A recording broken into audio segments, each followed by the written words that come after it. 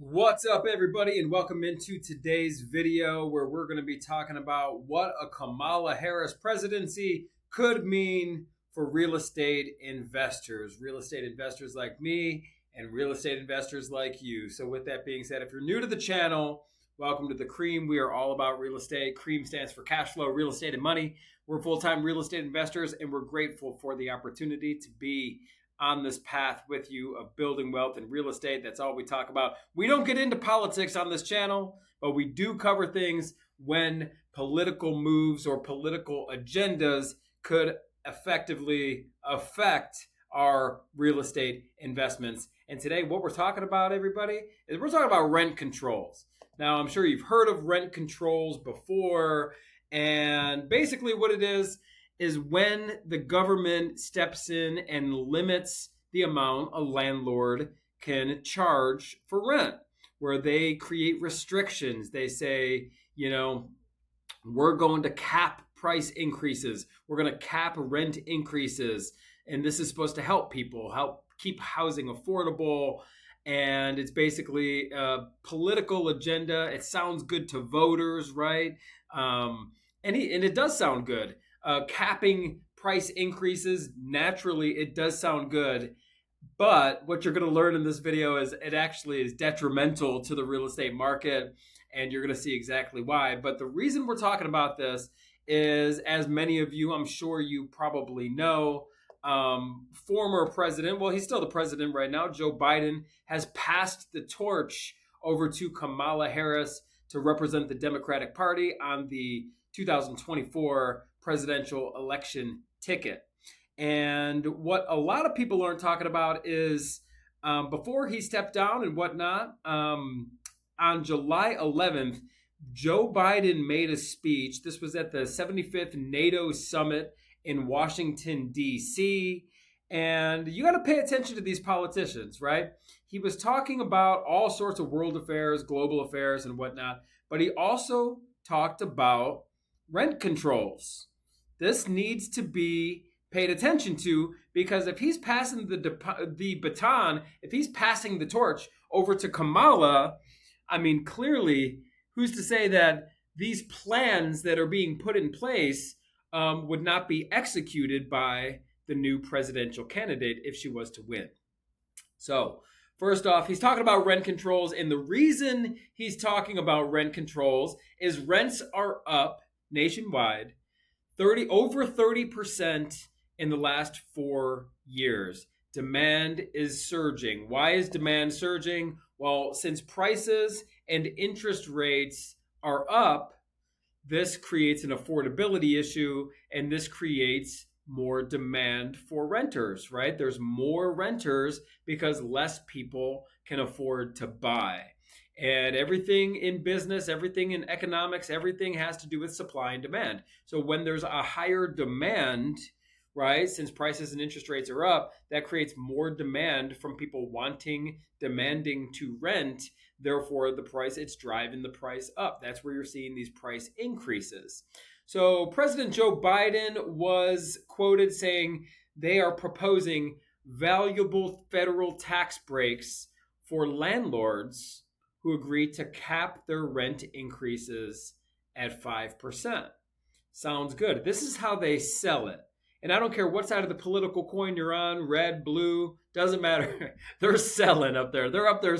They're salespeople. They're selling because they want votes, right? And it sounds good. Valuable federal tax breaks for landlords who agree to cap their rent increases at 5%. So the plan entails capping rents, right? In rewarding the people who agree to cap their rents with federal tax breaks. Now, this proposal and this plan, it's very important that I kind of highlight this. It is only being proposed for 50 plus unit properties, right? So this would not affect the single family mom and pop landlord. This is going after commercial real estate. And there's an agenda behind that as well. You got to think about it. 50 plus unit buildings, they equate to 50% of all the rental units in the country, right? but they're not going after the small mom and pop landlords because those are voters, right? If you were to essentially attack the mom and pop landlords, that's way more votes than the owners of the 50 plus unit properties. There's way less voters being affected with this plan when you go after just the high ticket, the multi-unit buildings, right? Because one owner could own a 100 unit building, and their plan essentially would affect that one owner of a 100 unit building rather than 100 voters or 100 owners of single family residential doors or residential properties. So if that makes sense. So they're going after the commercial, and this was predicted. We actually talked about this in previous videos. The federal government's always going to go after the big guy, not the mom and pop, just for that reason, right? Just to protect the voter, right? They want the votes. So this plan of offering these valuable federal tax breaks, which we're going to talk about here in this video, why this is a nightmare, right, for real estate. But they're proposing these capped rents at 5% on 50 unit buildings and more. And these valuable federal tax breaks, what they're offering for landlords who are willing to only cap their rents at 5% is faster depreciation. So right now, depreciation is that accelerated depreciation. Essentially, it is write-offs. These are the tax benefits that are offered from owning real estate. And for residential real estate, a property owner is able to depreciate this property over 27 and a half years instead of commercial properties, which is 39 years. And you want that faster depreciation. It just allows you to get more and faster write-offs, right, against your income taxes. So what this proposal essentially is giving these commercial landlords faster depreciation. So that is the valuable tax benefits that President Biden is proposing, right? So let's talk about a reality check here just for a minute. Capping rents is going to massively hurt the return on investment for an investor, right? A lot of these investors, you're counting on increasing rents simply because to get the ROI, to get the return on investment that you're seeking. Because guess what continues to rise? There's no cap on increase when it comes to costs. There's no cap on increase for insurance. Insurance is one of the most massive price increases that we've seen over the last couple of years in this inflationary time that we're in. There's no cap on increases in taxes, no cap on increases for utilities, labor, wages. There's no cap on increase for labor, right? So for a property owner or for a landlord, the costs are not capped. They continue to go up. But if the revenue that this building is producing is capped at 5%, it's going to crush the ROI.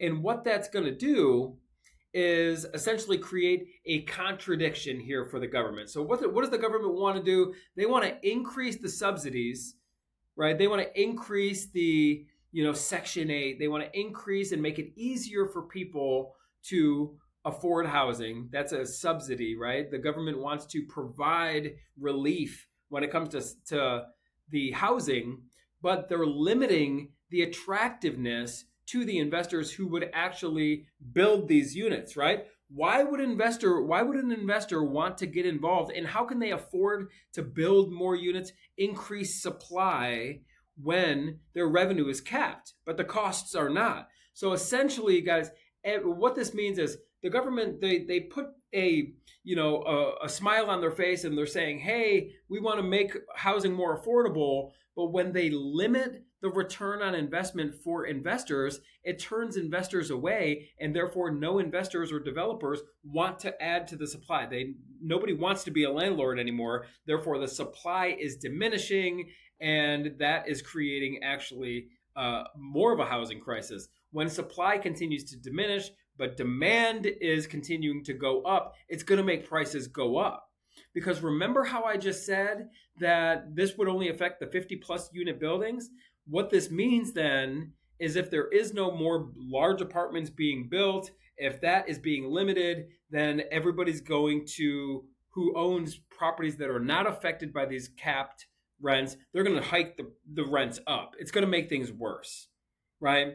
So the government wants to increase subsidies, but limit the attractiveness to developers and investors. And it's also going to limit financing. So if this plan was to be put in place and the government was to cap the rents, a lot of commercial loans, a lot of the financing for large commercial properties, 50-unit buildings, it's commercial lending. They are basing the loan off how much revenue this building produces.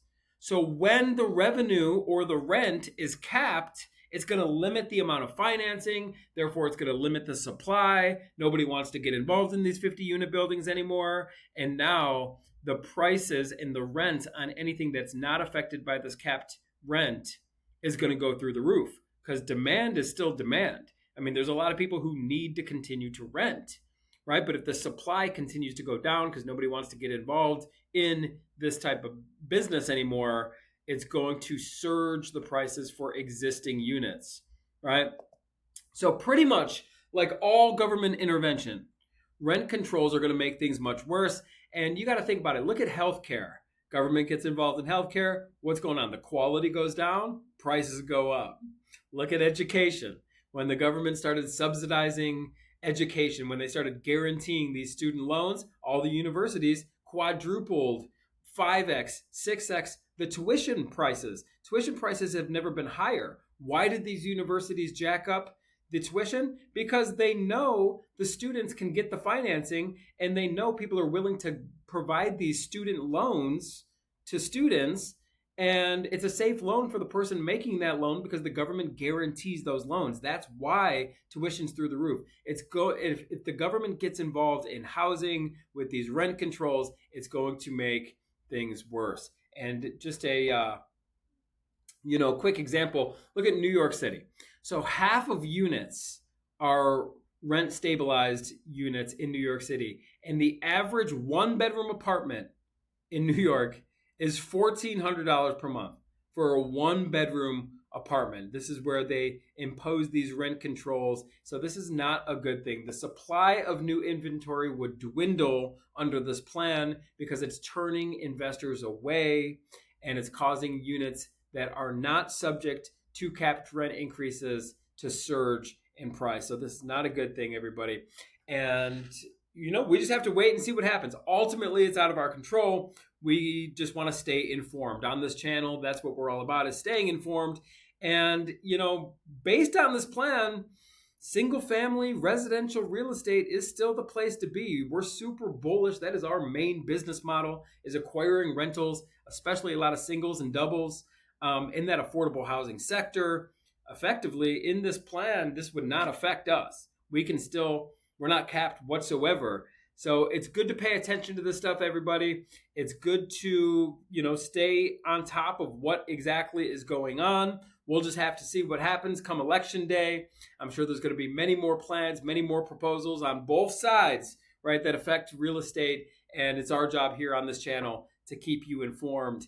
And let's be successful together. So consider liking this video if you found it informative. Consider subscribing if you're passionate about real estate, just like we are. And everybody, we're here to keep you in the loop. Let's go. Let's be successful. We'll see you on the next video.